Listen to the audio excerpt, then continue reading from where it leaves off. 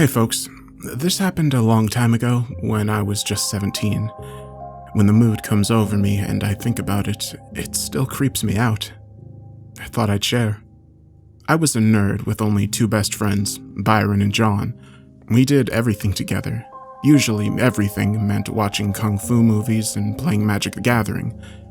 This was the summer after we graduated high school. We didn't have much longer before we all went off to college, so we were trying to spend as much time together as possible. That's when I noticed John was pulling away.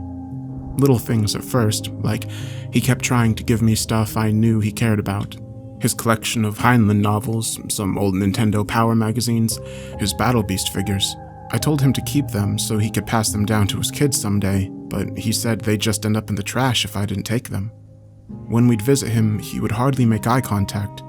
He'd say a few words and stir his tea, but he wouldn't drink it, like he was just waiting for us to leave so he could drink it alone. Each stir was like a "go away, please." He stopped wanting to go places with us. If we pressed him to play a game or watch a movie, he'd do it, but we could tell he didn't want to. It wasn't long until he told us he'd given his magic cards away. Byron finally asked if I noticed something was wrong with John. He drove me out to the beach first, like he wanted to be somewhere sunny and cheerful to talk about it. I didn't think there was much to say, but when I told him I'd noticed, turns out there was a lot to say. "I heard something weird from Don," he said. "I think we should keep it to ourselves." Don was a mutual acquaintance. He came from a different circle. Don told Byron something he heard from his cousin, Sandra. One night at 2 a.m., she hears a commotion in her mom's apartment. When she comes out of her bedroom, there's this man in a mesh shirt arguing with her mother and some woman on the couch. She didn't recognize either of them. She thought she was dreaming at first. Her mom is a middle-aged waitress who's into cats and yoga. That's when John's dad walked right into the apartment without knocking. John's dad was a math teacher, a super boring guy. Not somebody you'd ever expect to see at some government assistant's apartments at 2 a.m. He mumbled a few words to everyone in the room, picks something up off the table, and tucks it into his trench coat. He looms over the woman on the couch for a moment. She seems to recoil. Then he leaves. After the others leave, her mother comes up to her. She puts her hand on each side of her face and tells her she has to forget what she saw. She told Dawn it scared the bejesus out of her. There was no way she'd ever forget. "This is a guy whose bedtime is probably 7:30, Byron said. "What's he doing making house calls at 2 a.m.? How does he even know those people? It's so weird." I pointed out we couldn't verify it was really John's dad. If it was him, though, it was super weird. I still wasn't clear what that had to do with John. Neither was Byron, just the possibility that things were not well in the household. On our way home, we noticed a large group of people standing in the cemetery. No cars were around, so they must have all walked. They were staring at something in the sky. Byron pulled over so we could look too, but there was nothing in the sky except the sun. I told Byron to stop looking before he goes blind. They turned their attention towards us anyway, and we were anxious to leave. John was refusing to do anything by this point. "You're gone whenever I wake up anyway," he said. I wasn't sure what he meant, so I suggested we had a sleepover like old times. He ignored me, so we didn't see him for the rest of the summer. We didn't even know what college he was going to. We decided to confront him at his home, see what was up, before it was too late. As soon as we got out of Byron's car, we could hear loud music. We exchanged glances. John's family weren't the music types. We saw his dog, Petey, tied outside. He looked like he hadn't been fed in a week. "What's going on here?" Byron asked. I brought Petey into John's house with us and gave him my beef jerky. I could tell the music was a single song playing on a loop. We called out John's name, but he wasn't answering. Petey darted past us upstairs. We followed. The stereo was at the top of the stairs, where they had a large landing. Byron turned it off. I thought I heard whimpering from the nearby closet, but Byron said I was hearing things.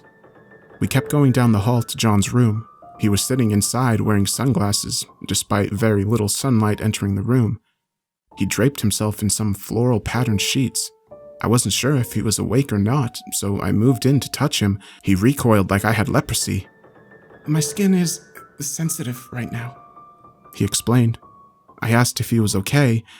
because that sounded like something serious. He said he was fine. We asked where his parents were. "They're gone," he said. "Here, have this." We both told him we didn't want anything of his, but he handed us each a hard, misshapen plate with a face on it. It gave me the creeps. "That's a sculpture of me as a cookie," he said. "Imagine being nibbled to crumbs, feeling my crumbs in your mouth." It didn't look anything like him, but it still disturbed me. I put the plate down. Byron went straight to anger. He threw the sculpture against the wall, shattering it.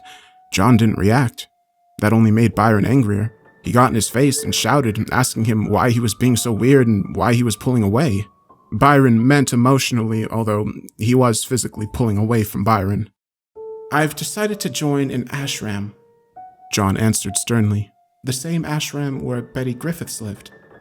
I care about understanding the spiritual nexus of mankind. I leave next week." "Since when?" I snapped. "Since when do you give a shit about any nexus?" It wasn't really a question. "You guys remember that time we all went down to Todd's farm?" He asked. We nodded. "You remember the old shed we found way back behind the farm, where Todd's dad told us not to go?" "Oh yes, you remember. Wood was all rotting away. It smelled like, well, there wasn't anything it smelled like. Piss, dead raccoons, chewing tobacco, gunpowder." While he spoke, his head wobbled back and forth like Stevie Wonder giving us a fantastic solo. I didn't know why he was sharing this banal memory with us or what it had to do with anything, but I felt mounting anxiety. We had to slide our asses down 30 feet of cliff to cross the creeks just to get to it. Todd said strange people used to come onto the farm. He figured they were doing drugs back there, and that's why his dad wanted to just ignore it. They used that shack. It was theirs. It felt dangerous. We went inside, thinking we were going to find a briefcase full of cash or a bundle of weed. There was nothing but candles, grease, bones, and bottles. Except one wall wasn't the real wall. Yeah. We could see the cracks behind the planks of wood, and yet no light was coming in. There had to be a secret room back there, right, boys? You remember what happened next? You were like, "John, get in there." So I slipped through the largest crack into the darkest darkness ever. The crack was only 2 inches. I shouldn't even have fit. Not even close, but I slid in like paper. You remember that? I fell in the dark and stayed there, still in my blood. We can see you, in stock in the shed. But I was nowhere. I have no place. It was quiet. I thought I was alone, but there was something else. Felt it closer. Whisper greasy like static. I heard the voices. Heard them, boys. No way back, they say. No way, and this here is all just a dream. Byron and I looked at each other, but we were speechless. "Excuse me," we heard a man say behind us. I audibly gasped. A man in a suit brushed between us. I had never seen this man before. "Time for him to use the restroom," he said, offering John a hand. John walked with him. We heard John vomiting and laughing in the bathroom, and the man was saying, There. When they came out, the man suggested we had better go now. As John walked by us, I felt him poke at my side. I instinctively pulled away and felt guilty about it.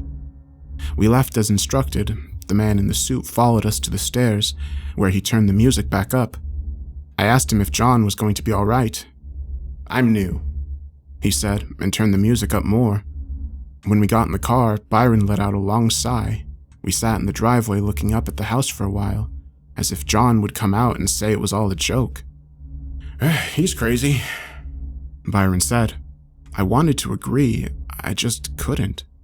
I remembered the shed on Tom's farm, the smell of goat fat and things charred. I remembered the strange dark cracks in the shed wall and us warning him to stay away, and John laughing as he slipped through, slid in like paper. Byron teared up and nodded. He remembered too. "Did he ever come out?" he asked. "He had to have," I said. "We were just talking to him. But do you remember that?" I did not. After Byron dropped me off and I was hitting the head, a wad of toilet paper fell from my pants. John had to have slipped it into my waistband. I unraveled the wad. He'd written a message in eyeliner. On one side it said, "Sorry," and on the other, "If you are not Dream, how am I in your closet?" I flushed the note and stood in front of my bedroom closet for a few minutes. I was physically shaking. I kept seeing his face in my mind, grinning on the other side of that door. I knew it was impossible. I was being foolish. Then I heard a hanger fall. I left without opening it. Left town soon after. Never opened that closet. Never saw or heard from John again. The house was put up for sale a few years later.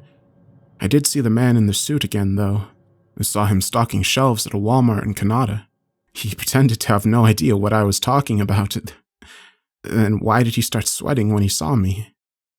There are still some days, like today, when the sun hits just right and the whole world feels weak and wavy, like a mirage. I get a whiff of turpentine and death, and I wonder.